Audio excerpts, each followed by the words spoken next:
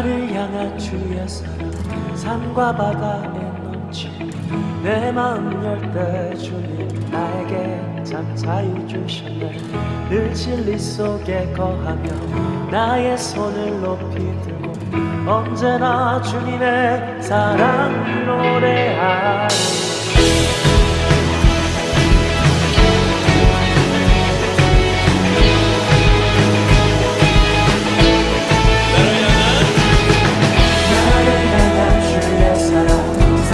바다에 넘치니 내 마음 열 때 주님 나에게 참 자유 주셨네. 늘 진리 속에 거하며 나의 손을 높이 들고 언제나 주님의 사랑을 노래하리. 주의 사랑 노래하리라. 영원토록 노래하리라.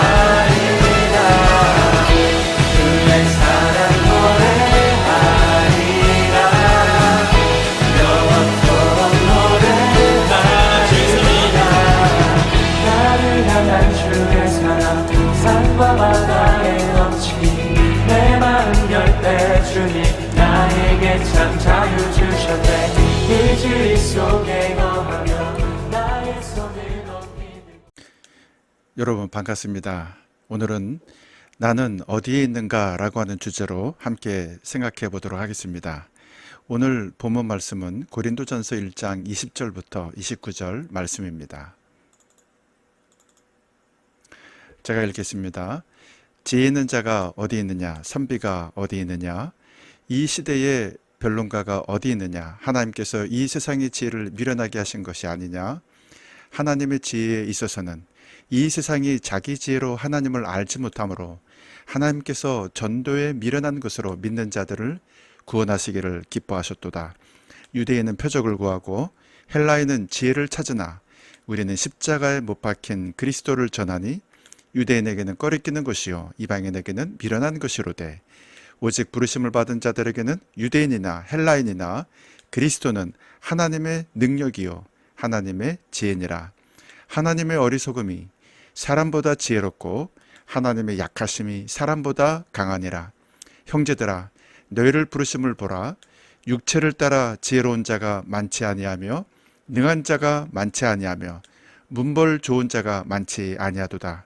그러나 하나님께서 세상에 미련한 것들을 택하사 지혜 있는 자들을 부끄럽게 하려 하시고 세상에 약한 것들을 택하사 강한 것들을 부끄럽게 하려 하시며 하나님께서 세상에 천한 것들과 멸시받는 것들과 없는 것들을 택하사 있는 것들을 폐하려 하시나니 이는 아무 육체도 하나님 앞에서 자랑하지 못하게 하려 하심이라. 아멘. 여러분, 우리가 처음 생각해 볼 것은 인간의 자랑으로 하나님 앞에 자랑할 수 없습니다 라고 하는 주제입니다. 세계적으로 유명한 모델이자 패션 디자이너이며 작가인 인도의 크리스타 로드리게스는 암에 걸려 임종 직전에 많은 사람들이 읽기를 바라며 다음과 같은 글을 남겼습니다. 첫째, 나는 지구에서 가장 유명한 차를 갖고 있다. 그러나 지금 나는 병원 휠체어에 앉아 있다. 두 번째, 나는 집에 디자인이 다양한 옷과 신발 그리고 장신구 등 비싼 물건을 많이 갖고 있다. 그러나 지금 나는 병원에 하얀 환자복을 입고 있다. 세 번째, 나는 은행에 많은 돈을 모아 놓았다. 그러나 지금 내 병은 그 많은 돈으로도 고칠 수가 없다. 내 집은 왕궁처럼 크고 대단한 집이다. 그러나 나는 병원 침대 하나만 의지해 지금 누워있다. 나는 여행하며 별 5성급 호텔을 다녔다.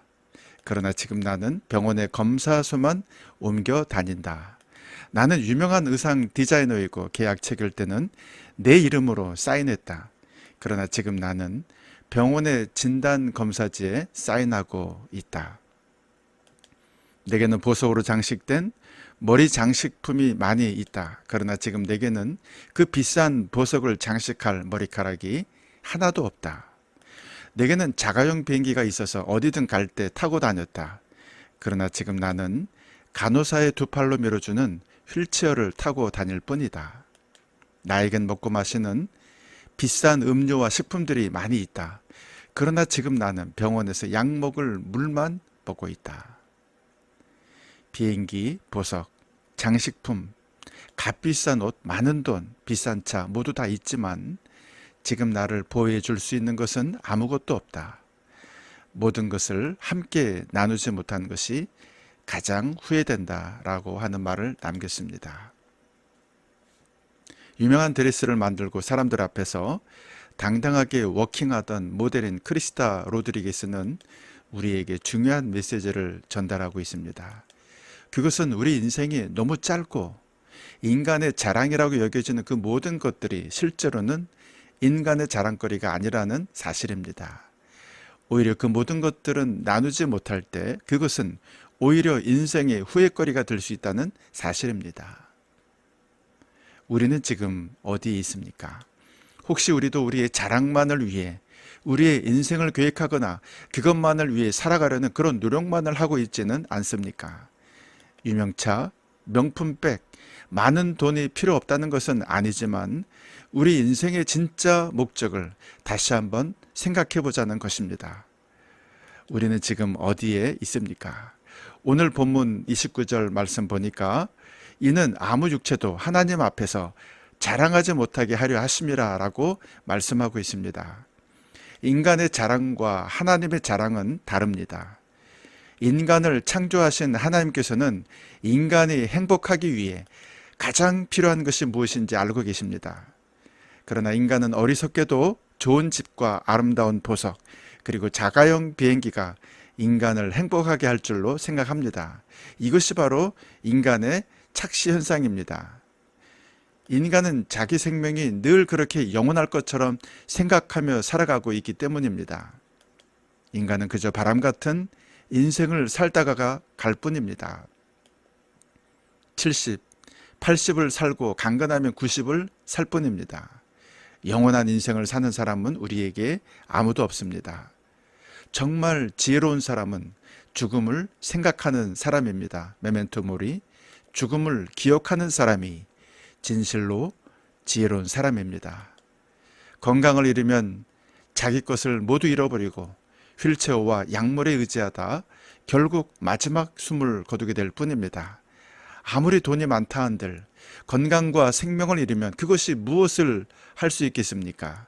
세상의 부귀영화를 누리거나 영웅 호걸로 한 시대를 풍미하며 산다 해도 그것은 그저 바람처럼 사라져 버릴 뿐입니다. 하나님께서는 인간이 바람 같은 존재인 것을 아십니다. 그런 진토 같은 존재가 어떻게 인생을 살아야 할지, 어떤 삶을 살아야 행복할지를 하나님은 알고 계십니다. 오늘 말씀을 통해 인간의 자랑이 아닌 하나님의 자랑을 발견하는 여러분이 되시기를 소원합니다. 두 번째, 하나님의 지혜는 인간의 머리로 알 수 없습니다. 우리는 종종 하나님의 지혜를 인간의 머리로 이해하려고 합니다. 하나님의 지혜는 결코 인간의 머리로 이해될 수 없습니다. 아이의 생각과 부모의 생각이 다르듯이 인간의 생각과 하나님의 섭리는 다릅니다. 나이아가라 폭포 상류에 가면 호수처럼 넓은 강이 있다고 합니다. 그 강물이 흘러 폭포까지 이르게 되는데 그 강줄기에는 3개의 깃발이 꽂혀 있다고 합니다. 첫 번째 깃발은 여기서부터는 노를 저어야 되돌아갈 수 있는 지점의 표시라고 하는 신호입니다. 두 번째 깃발은 모터보드를 타야만 되돌아갈 수 있다라고 하는 표시의 신호라고 합니다. 그리고 마지막 세 번째 깃발은 이 경계를 넘어가면 결코 되돌아갈 수 없다는 표시의 신호라고 합니다. 그럼에도 불구하고 이 세 번째 신호의 깃발 부근에서 아슬아슬하게 줄타기하며 뱃놀이하는 사람들이 돌이키지 못하고 급류에 휩쓸려 죽는 사람들이 매년 평균 서너 번씩 일어난다고 합니다. 물고기가 자유할 수 있는 곳은 물 안에서입니다. 그리고 새가 자유롭게 날아다닐 수 있는 곳은 바로 하늘이라고 하는 공간입니다. 물고기가 자유를 찾겠다고 물 밖으로 나온다면 나오는 순간 그것은 자유가 아니라 죽음일 뿐입니다. 새가 더 넓은 자유를 찾겠다고 우주 공간 밖으로 날아가 버린다면 그것이 자유가 되겠습니까? 순간 새는 죽게 될 것입니다. 하나님의 형상대로 지음받은 인간 역시 행복하고 자유롭게 살 수 있는 방법은 하나님의 말씀 안에 있습니다. 오늘 본문 21절 보니까 하나님의 지혜에 있어서는 이 세상이 자기 지혜로 하나님을 알지 못하므로 하나님께서 전도에 미련한 것으로 믿는 자들을 구원하시기를 기뻐하셨도다 라고 말씀하고 있습니다. 자기 지혜로는 결코 행복한 삶을 살 수 없다라고 말씀하고 계십니다. 자기 만족적인 행동만으로는 인간은 결코 행복할 수 없다라고 말씀하십니다. 사람은 눈이 있는 것 같으나 실제로는 자기 길을 찾지 못합니다.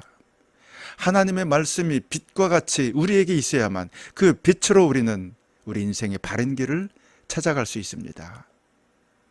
하나님의 말씀은 우리가 어디에 있어야 할 것을 알려주는 깃발 같은 신호의 역할도 있지만 더 나아가 세상과 사물을 바라보는 창문 역할도 감당합니다.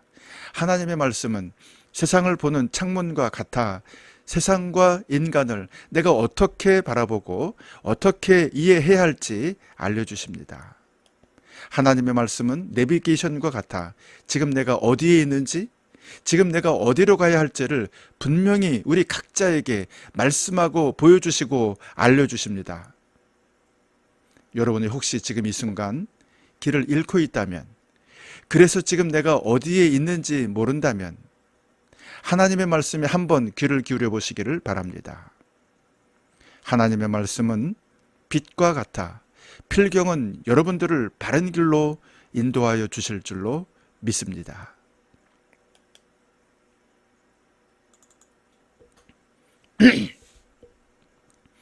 마지막 세 번째, 성공 지향보다 그리스도 관계 중심으로 우리가 살아가야 합니다.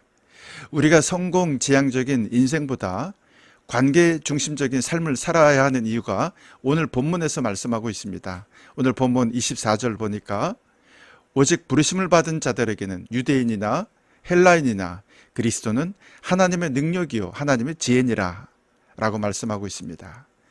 하나님께서는 인간을 창조하신 분이십니다. 인간이 가장 행복하게 살 수 있는 그 방법에 대해 알고 계신 분이 바로 하나님이십니다. 예수 그리스도는 하나님의 아들로 우리 행복을 위해 기꺼이 십자가에 달리신 분이십니다. 그리고 그 십자가의 정신이 오고 오는 모든 사람에게 그대로 모두에게 전달되기를 소원하십니다. 하나님의 아들이시지만 아들이심을 철저히 부인하시고 우리 행복을 위해 자기 생명을 주셨습니다. 이것이 바로 기독교의 가장 숭고한 가치입니다. 그것은 바로 이것입니다. 하나님의 아들이신 그리스도께서 나의 행복을 위해 십자가에 달려 돌아가신 사건입니다. 그리스도는 성공지향적인 자기 인생만을 위해 살지 않으셨습니다. 오로지 나의 행복을 위해, 나를 친구 삼기 위해 자기 생명을 십자가에 던지신 분이 바로 예수 그리스도이십니다. 이것이 기쁜 소식이고 이것이 바로 복음입니다. 예수 그리스도는 인간의 진정한 행복이 철저하게 자신을 부인하고 하나님을 전심으로 의지할 때 우리에게 다가오는 것임을 십자가의 사랑으로 가르치셨습니다. 십자가의 희생 속에 있는 하나님의 아들의 희생을 우리가 바라보게 될 때 우리는 비로소 하나님의 사랑을 발견하게 되는 것입니다. 내가 이런 기쁜 소식을 받아들이는 것은 내가 그리스도를 믿겠다는 것이며, 내가 그리스도를 믿겠다는 것은 내가 그리스도 안으로 들어가겠다는 의지의 표명입니다. 그리스도를 믿는 모든 사람들은 모두가 다 그리스도 안에 있습니다. 그리스도께서 내 중심에 계시며 그리스도께서 모범을 보이신 그대로 나도 그렇게 살아가기를 꿈꾸는 사람이 그리스도의 사람, 바로 그리스도인입니다. 여러분은 지금 어디에 계십니까? 여러분 스스로를 여러분이 이끌어가고 계십니까? 아니면 여러분의 부모가 여러분을 이끌어가고 있지는 않습니까? 지금까지는 내 뜻대로 내 자랑을 위해 내 인생을 살아왔지만 지금부터는 그리스도 안에서 그리스도의 꿈으로 살아가는 여러분이 되기를 진심으로 소원합니다. 여러분의 중심에 그리스도의 정신을 품고 여러분의 꿈에 그리스도의 마음을 심어 그리스도 안에서 여러분의 소명을 발견하고 진짜 행복을 누리시며 살아가는 여러분 모두가 되시기를 진심으로 소원합니다. 기도하겠습니다. 하나님 아버지, 우리 모든 사범학부 친구들, 우리가 어디에 있는지 깊이 돌아보게 하시며 나만을 위해 인생 살지 않게 하시고 우리 주변에 있는 모든 관계를 돌아보며 그리스도 안에서 그 소명을 발견하고 진짜 행복을 바라보며 살아가는 우리 모든 학우들 되게 하여 주옵소서. 예수 그리스도 이름으로 기도함나이다. 아멘.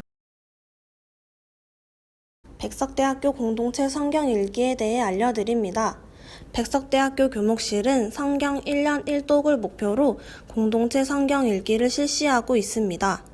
특별히 3월 10일부터 5월 26일 기간 동안 매주 목요일 오전 11시부터 20분 동안 백석홀 소강당에서 공동체 성경 읽기를 진행하고 있습니다.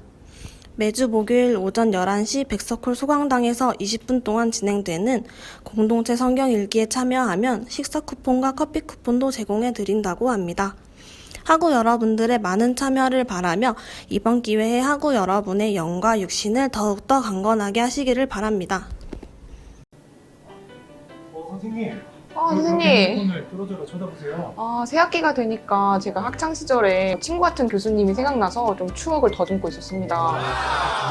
있죠. 어느 학교 출신이에요? 저 백석대학교의 자랑인 기독교학부 출신입니다. 역시 기독학부!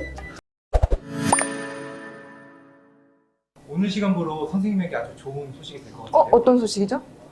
항상 친구가 되고 싶고 친구 같은 교수님 지금 당장 만나러 가보시죠!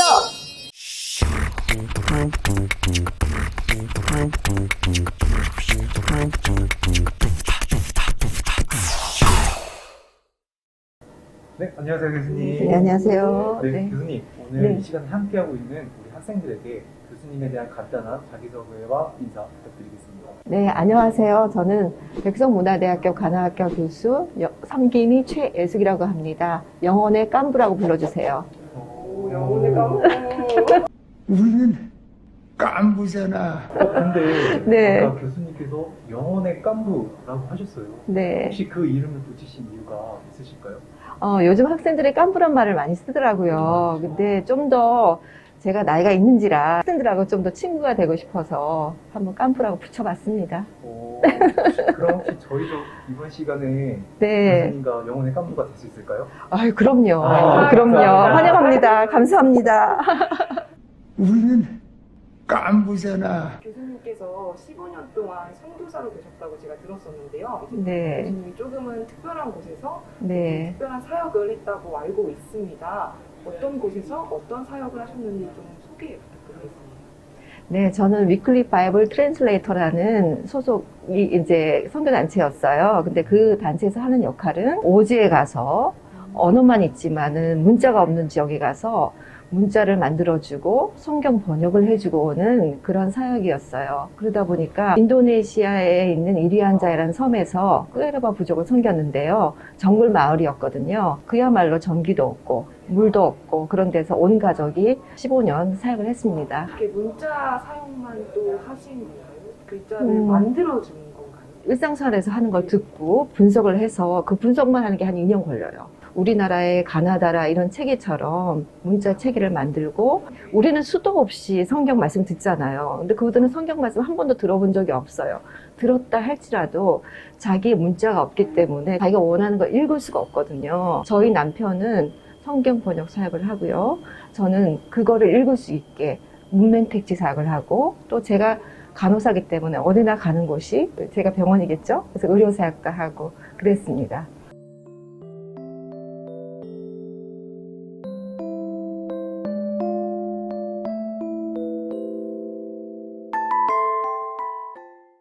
들으면 들을수록 느껴지는 게 네.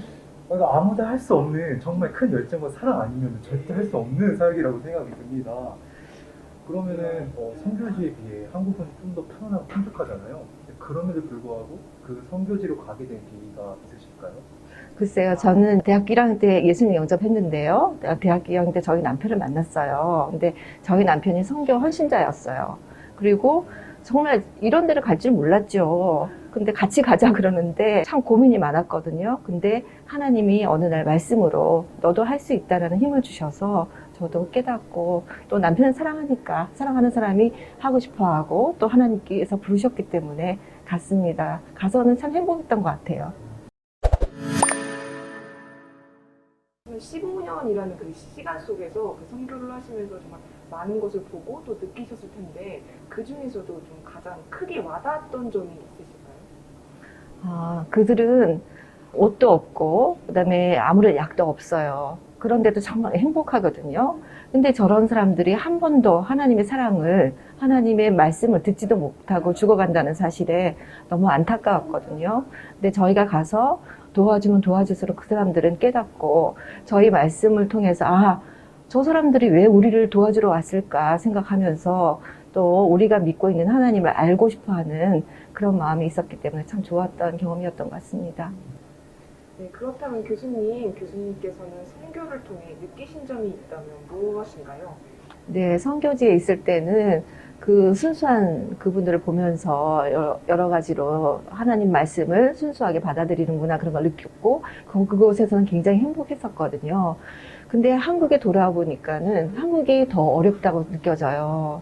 거기서는 오히려 구별된 삶을 살 수 있었는데 저희 큰 애가 이제 결혼할 때가 다 돼가면서 저한테 묻더라고요. 엄마는 어떻게 그런 곳에서 살았어? 그렇게 물어보는 거예요. 그래서 저는 그래 그런 곳인 줄 모르고 갔지만 그때는 그때가 제일 행복했고 지금도 돌아보면 그걸 다시 가라고 못 가겠어. 근데 한국의 상황이 더 크리스찬으로서 구별된 삶을 산다는 거는 더 어려운 선교지라고 생각해 라고 얘기했거든요. 그래서 한국 생활이 더 어려운 것 같습니다. 제가 알기로는 교수님 하면은 한 분야에 오랫동안 공부하시다가 교수님 되는 케이스를 알고 있는데 최현석 교수님께서는 정말 특이한 케이스라고 저는 생각을 해요.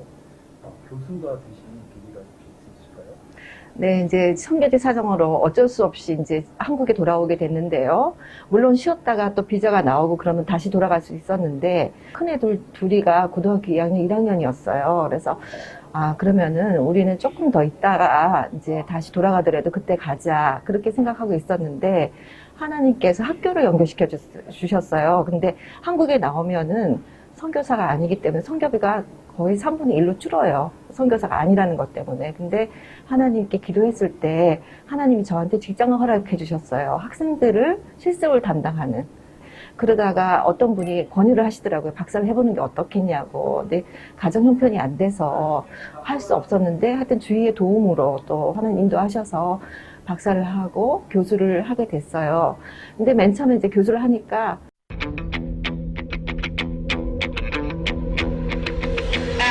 재미가 없더라고요.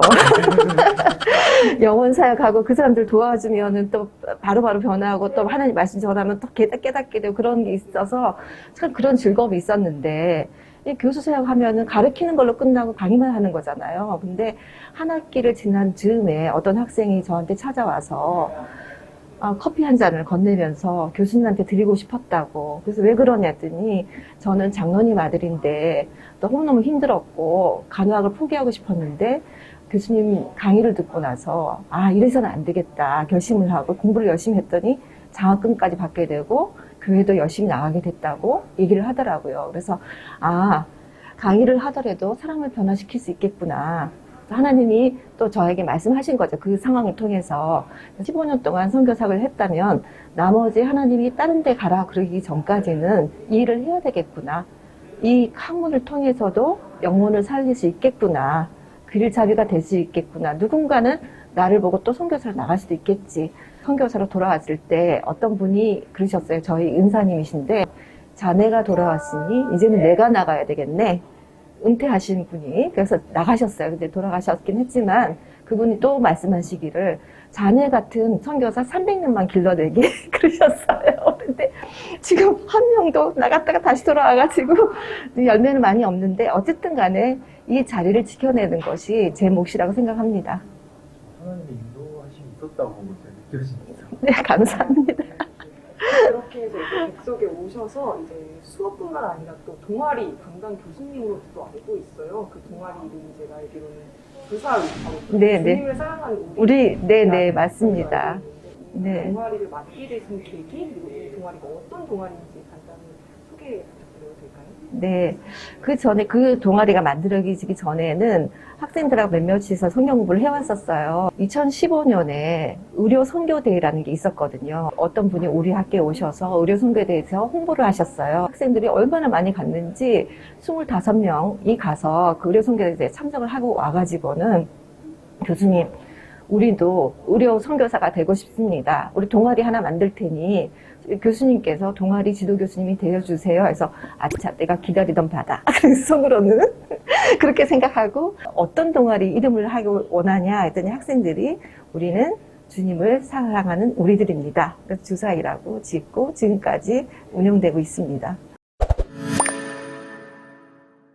사위라는 동아리처럼 네, 이렇게 들어보니까 저희 학교는 굉장히 성장과 배움의 터라고 생각이 들거든요. 네. 교수님이 생각하시기에 저희 학교에서만 얻을 수 있는, 그리고 얻어야만 한다고 생각하는 장점이 있을까요?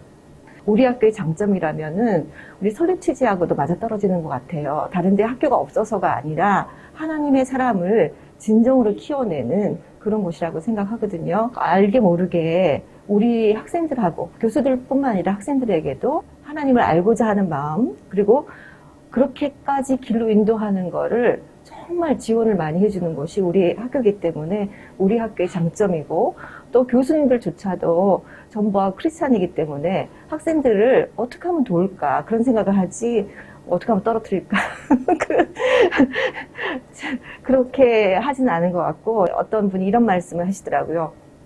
월급 받은 대로 일하면은 우리는 지금 퇴근해도 되지만 우리가 학생들을 생각할 때는 이것까지 해야 되지 않겠냐고 그런 말씀이 교수님들도 하고, 그렇기 때문에 학생들은 교수님들하고 친하게 지내고 또 친구들하고도 친하게 지내지만 학교에서 해주는 대로 따라가기만 하면 좋은 곳으로 인도되지 않을까요? 그게 장점이라고 생각합니다. 많은 학생들이 비대면 대학 생활을 하고 이제 혼자서 공부해야 하는 학생이 많은 것 같습니다. 그래서 이러한 학생들이 어떻게 방향을 좀 잡고 나갈 수 있을지에 대한 교수님만의 팁이 있을까요? 코로나 때문에 저도 참 어렵더라고요. 저도 적응을 해야 되고 대면도 해야 되고 그런 상황이잖아요. 근데 사실 비대면을 하면은 집에서 게을르게 있을 수도 있는 거잖아요. 틀어만 놓고 왔다 갔다도 할 수 있고 그러는데, 어떤 학생이 와서 저한테 얘기를 하더라고요. 교수님, 저는 정말 부족해서 강의를 할 때는 교수님 말씀이 너무 빨라갖고 우리는 공부 양이 되게 많거든요. 따라가기 힘들었는데 비대면을 하니까 또 보고 하니까 너무 좋다고, 그래서 성적이 너무 많이 올랐다고 그렇게 얘기를 하더라고요. 그래서 제가 생각할 때는 어차피 주어지는 상황이잖아요. 그래서 저희도 정글에 있을 때는 해 뜨고 해질 때까지 뿐이 그 생활을 못했어요. 왜? 전기가 없으니까요. 그렇지만 그때의 장점은 우리 가족끼리 촛불 하나 켜놓고 돈독한 시간을 가질 수 있는, 그때 생각하면은 우리 아이들도 너무 행복했다 그렇게 얘기를 하거든요. 엄마 아빠랑 자기끼리 친해질 수 있는 시간도 있으니까. 그래서 비대면을 장점을 충분히 살려서 자기가 하고 싶은 거, 시간 사용을 갖다가 그렇게 하는 거죠. 쉬고 싶을 때 쉬고, 듣고 싶을 때 듣고, 그 다음에 잘 못 듣는 거는 반복해서 듣고, 그걸 장점을 살리고, 그 다음에 단점이라는 것은 이렇게 대면을 못 보잖아요. 근데 요새는 카톡도 있고, 그죠? 그 다음에 줌도 있고, 그리고 얼마든지 전화도 있고, 만나지를 못하더라도 만난 것처럼 이렇게 얼굴과 얼굴 볼 수 있는 줌 같은 것도 이제 요새는 공짜잖아요. 무료로 제공이 되는 거니까 그렇게 하면은 좋을 것 같아요. 교수님께서 간호학과 교수님이시잖아요. 네네. 코로나 시기 때문에 저희가 이렇게 자유롭게 다닐 수가 없는데 네. 확진자라는 말이 나올 정도로 네, 제가 네. 가장 위급한 환자이지 않을까 싶은데 그럼 이런 코로나 시기에 교수님만의 건강지키는 솔루션이 있을까요? 글쎄요, 저는 이제 집에 있다 보니까는 그러니까 외롭지 않으려고 그런지 TV를 틀어놓는 시간이 많더라고요. 근데 그 시간이 그냥 허송세월 보내지 않고 뉴스 같은 걸 좀 좋아하거든요. 저는 뉴스 듣는 시간에 훌라후프를 하고 있습니다. 그래서 훌라후프 하고 잇몸 일으키기 그런 것도 가끔 하고 그러면은 몸무게 늘긴 늘었어요. 근데 아주 많이 늘지는 않더라고요. 그리고 어차피 자기 관리인 것 같아요, 이것도. 그래서 자기만의 또 어떤 식단 조절이라든지 운동이라든지 이렇게 좋아하는 것들이 있을 것 같아요. 제자리 걷기도 할 수 있는 거고, 체조도 할 수 있는 거고, 그리고 물 많이 마시고, 영적으로도, 정서적으로도 건강해야 되니까는 친구들하고도 소통을 좀 하고, 그런 것도 건강유지법이라고 생각합니다. 네, 교수님 마지막으로 별이 되길 꿈꾸는 저희 학생들에게도 한 말씀 부탁드리겠습니다. 네, 제가 이제 대학 생활을 뒤돌아보면, 대학교 들어갈 때는, 이게 나한테 맞는 과인지 아닌지 모르게 그냥 점수대로 이제 갔다 그럴까요? 그렇게 했는데, 들어가 보니까 이게 너무 저한테 맞는 거예요. 하나님의 인도하심이 있었던 것 같아요. 그래서 하나님도 이제 알게 되고, 그 다음에 남편도 만나고, 좋은 평생을 같이 할 수 있는 친구도 만나게 됐어요. 그래서 여러분들은 대학생 할 때 평생을 같이 할 수 있는 친구, 어차피 우리가 전문직이기 때문에, 전문 분야이기 때문에, 여기서 만난다면 얼마나 좋겠어요. 그래서 내가 쓰러질 때 그 친구가 도와주고 그 친구가 쓰러질 때 내가 도와주는 그런 정말 아낌없이 주는 나무들이 되어서 좋은 만남이 있었으면 좋겠습니다. 교수님과 이렇게 이번 시간에 대화를 하면서 느낀 게 교수님께 생각하시는 행복과 가장 중요한 거는 좋은 만남과 좋은 관계라는 생각이 들어요. 네, 이번 시간으로부터 저희도 교수님과 영원한 깐부가 된 것 같습니다. 네. 네, 감사합니다. 저희 친구들 깐부가 되주셔서 감사합니다. 감사합니다. 우리는 깐부잖아. 네, 이렇게 이제 교수님 귀한 시간 내주셔서 다시 한번 감사합니다. 네, 감사합니다. 쿠바 사람들은 최근까지 자신들의 글을 가져본 적이 없는 사람들입니다. 저희들은 그들의 마을에 들어가 그들의 언어와 문화를 배웠고 분석하여 그들의 마을을 위한 글을 만들었습니다. 그러나 그것이 마을의 모든 사람들에게 가르치지 않는다면 우리들의 최종 목표인 성경 번역이 이루어져도 아무도 읽을 수 없을 것입니다. 최 선교사는 주로 마을에서 꾸에르바 언어 교사들을 훈련하고 동네 교사들과 함께 아이들과 어른들을 가르치는 사역을 감당하고 있습니다. 문맹 퇴치 사역은 그들이 문맹의 일반적인 혜택을 받을 수 있게 해주는 것은 물론 생명의 말씀인 성경을 읽을 수 있게 해줌으로써 영혼 구원에 꼭 필요한 중요한 사역인 것입니다. 저희들의 언어 조력자이자 이곳 아이들의 꾸에르바 언어 교사인 님으로선 아이들을 가르치는 것을 좋아합니다. 그는 저희들이 만든 책을 가지고 아이들이 글을 깨우치도록 가르치고 있습니다. 꾸에르바 부족의 10개의 모든 마을에서 15명의 교사가 같은 일을 하고 있습니다. 저희들은 그들을 1년에 2번씩 불러 교사 보충 교육과 새로운 책 교육을 시키고 있습니다. 나답게, 안전하게 함께 만드는 대학생활, 성폭력, 가정폭력 예방교육. 대학과 인권. 대학은 다양한 사람들이 만나는 사회입니다. 대학 내에는 누가 있을까요? 서로 다른 지역, 서로 다른 경제적, 사회적 배경에서 성장해온 다양한 정체성의 학생들이 있습니다. 다른 국적, 민족 정체성, 언어를 가진 국제 학생들도 여기에 포함됩니다. 다양한 분야의 전문적인 연구와 교육을 펼치는 교원들이 있습니다. 학내 행정 업무를 책임지는 다양한 직원들이 있고요. 교내 식당에서 대학 구성원들의 끼니를 책임지며 일하는 식당 노동자들도 있습니다. 쾌적한 교육 환경을 만들어주시는 청소 노동자들과 교내 안전을 관리해주시는 경비 노동자들까지. 대학은 다양한 사람들이 만나는 사회입니다. 인종, 민족, 성별, 장애, 외모, 나이, 가족의 형태, 지역, 종교, 학벌, 경제력, 고용 형태 등 우리가 만나는 모든 사람은 서로 다른 다양한 정체성을 가지고 있습니다. 우리는 이미 알고 있습니다. 우리는 모두 다른 사람들이지만 모두가 동등하고 존엄한 같은 사람이라는 것을 알고 있습니다. 우리는 다름이 틀림이 아님을 알고 있습니다. 우리는 대학이라는 공동체 안에서 이미 아는 것만큼 다양성과 존엄함을 누리며 살아가고 있나요? 인권이란 무엇일까요? 여러분은 인권에 대해 잘 알고 계시나요? 인권은 사람이 개인 또는 나라의 구성원으로서 마땅히 누리고 행사하는 기본적인 자유와 권리입니다. 이 권리를 누릴 수 있는 조건은 단 하나뿐입니다. 바로 인간이라는 사실입니다. 최소한의 인권 실현을 위한 오래된 약속, 70년 전 선언된 세계인권선언에는 총 30개의 조항을 통해 모든 인간의 권리에 대해 이야기하고 있습니다. 여기서 중요한 점은 이 권리가 모든 인간에게 적용되어야 한다는 것에 있습니다. 사실 우리는 어려서부터 이런 원칙을 배워왔고, 그래서 이미 알고 있습니다. 모든 인간은 태어날 때부터 평등하고 동등한 권리를 가지며 이는 박탈되거나 양도될 수 없다는 사실에 대해서 누구도 이의를 제기할 수 없을 겁니다.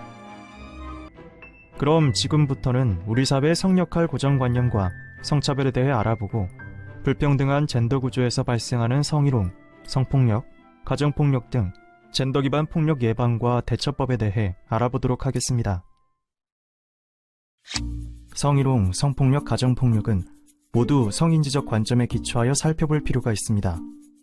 이분법적인 성별 구조에 따른 성역할 고정관념은 우리 사회에서 발생하는 성차별, 젠더 기반 폭력과도 긴밀하게 연결되어 있습니다. 그럼 고정관념이란 무엇일까요? 고정관념이란 어떤 사람의 마음속에 신념처럼 자리 잡고 있어 주변 환경의 변화에도 불구하고 잘 바뀌지 않는 생각을 말합니다. 고정관념은 사회와 과정에서 가족, 대중매체, 교육기관, 또래 집단, 직업 집단, 이익 집단 등 개인의 생활에 밀접한 관련이 있는 타자와 집단의 가치를 동일시함으로써 형성됩니다. 이러한 고정관념은 정보를 효율적으로 처리할 수 있다는 특징이 있습니다. 사람들은 사물, 환경 등을 파악할 때 외형, 특징에 따른 고정관념을 활용하여 보다 빠르게 정보를 처리하고 판단을 내리기도 합니다. 그러나 고정관념은 빠른 정보 처리를 돕는 만큼 이를 왜곡되게 처리할 가능성이 있습니다. 대부분의 차별은 이와 같은 고정관념과 무관하지 않습니다. 고정관념이 강화될수록 타자에 대한 차별을 차별로 인지하기 어려워집니다. 우리 사회에는 특정 지역, 국가, 종교 등 다양한 집단 및 계층에 대한 고정관념이 존재하며 그중 성역할 고정관념이 있습니다. 성역할 고정관념은 성별에 따라 다른 사회적 역할을 기대하는 사고방식으로 일반적으로 여자다움과 남자다움을 규정하는 것입니다. 더 자세히 알아볼까요? 여러분은 여성스러운 외모라고 하면 어떤 것이 떠오르시나요? 이런 단어들이 떠오르시나요?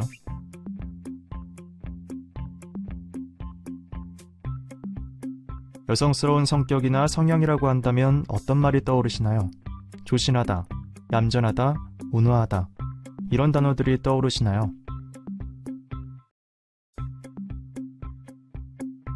그렇다면 여성에게 어울리는 직업 또는 여성에게 좋은 직업이라고 하면 어떤 것이 떠오르시나요? 혹시 초등교사, 비서, 간호사, 승무원 등과 같은 직업이 떠오르지 않나요? 다음 단어들을 살펴보세요. 우리 사회가 흔히 여자답다, 여성스럽다라고 할 때 생각하는 가치들입니다.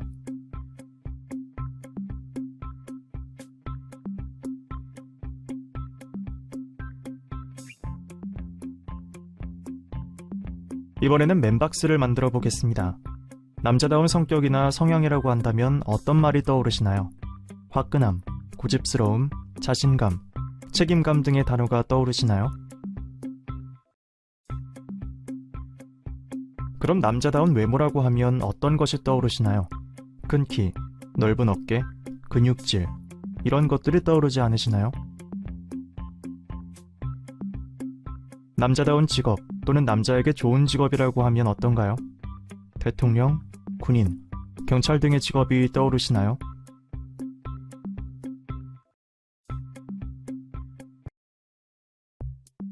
이와 같은 성역할 고정관념이 만연할수록 성차별이 심한 사회라고 볼 수 있습니다.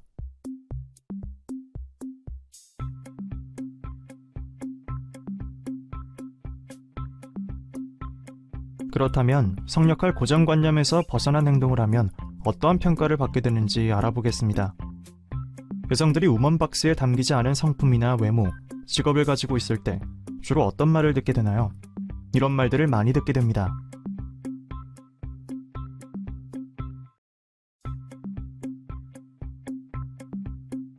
그리고 남성들이 맨박스와 부합하지 않는 경우에는 이런 말들을 많이 듣기도 합니다. 사람들은 이렇게 성역할 고정관념에서 벗어난 행동을 하는 사람에게 부정적 평가를 내립니다. 이러한 부정적인 평가는 편견과 차별의 원인이 되며 개인의 직업 선택 혹은 미래 설계에 영향을 줄 수 있습니다. 젠더박스에 의한 성역할 고정관념은 오랜 시간 사회화를 통해 내면화되어 차별을 차별로 인식하지 못하게 만들며 결국 우리 사회의 불평등한 구조를 생산하고 유지되게 합니다. 그럼 성차별에 대해 좀 더 자세히 살펴볼까요? 성차별은 성이 다르다는 이유로 차별하는 것을 의미합니다. 오랫동안 유지되어 온 남아선호 사상과 가부장 중심의 정치 경제가 편제된 사회는 체계적, 일상적 성차별이 존재합니다. 우리 안에 자연스럽게 자리 잡고 있는 젠더박스는 우리 사회의 많은 성차별과 젠더 기반 폭력에 큰 영향을 주고 있습니다. 그리고 우리 사회의 남성성 강요가 과잉이 된 문화는 여성과 남성 모두에게 억압과 차별의 요소가 되고 있습니다. 젠더박스의 억압을 깨면 남성 역시 해방될 수 있습니다. 젠더박스가 강화될수록 남성들은 자신의 욕망을 더 드러내도록 강요받고 여성들은 역으로 욕망을 숨기도록 억압당하는 문화가 지속될 수밖에 없습니다. 이제는 여자답게, 남자답게 대신 나답게를 강조해야 합니다. 성별과 관계없이 동등한 인간으로 대우받으며 나답게 살 권리를 강조해야 합니다. 우리는 일생에 걸쳐 성별화된 차별과 억압을 경험하고 때때로 행하기도 합니다. 성별화된 차별과 억압은 우리의 모든 일상에 있지만 자신이 언제 그러한 것들을 배웠는지 인지조차 하기 어렵습니다. 자신이 원하는 자신의 모습으로 존재하고 살아갈 수 있기 위해 우리는 자기 자신을 둘러싼 차별과 억압을 먼저 마주해야 합니다. 그리고 남자답게, 여자답게라는 고정관념에서 벗어나서 누구나 온전히 자기 자신을 존중받을 수 있는 세상을 만들어갈 수 있기를 바랍니다. 지금까지 대학과 인권에 대해 학습하셨습니다. 수고하셨습니다.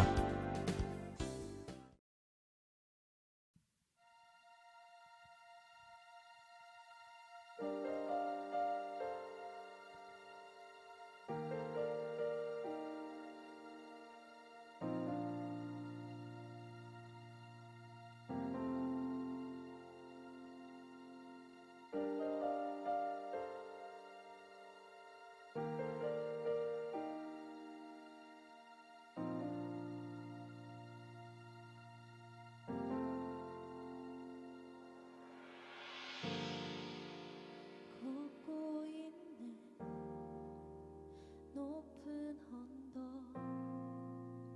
아무 말 없이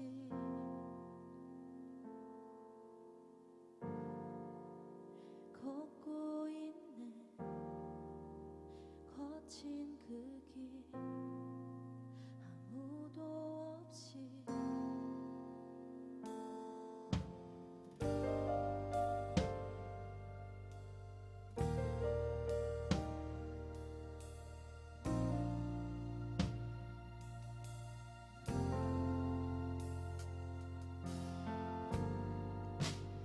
걷고 있는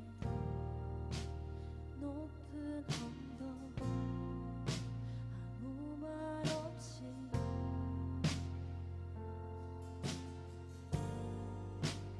걷고 있는 거친 그 길 아무도 없이 지친 발걸음 흐르는 눈물 콩닥을 적시는 십자가 내 죄 사했네 날 대신하신 한없는 사랑 어린 양 다시 사셨네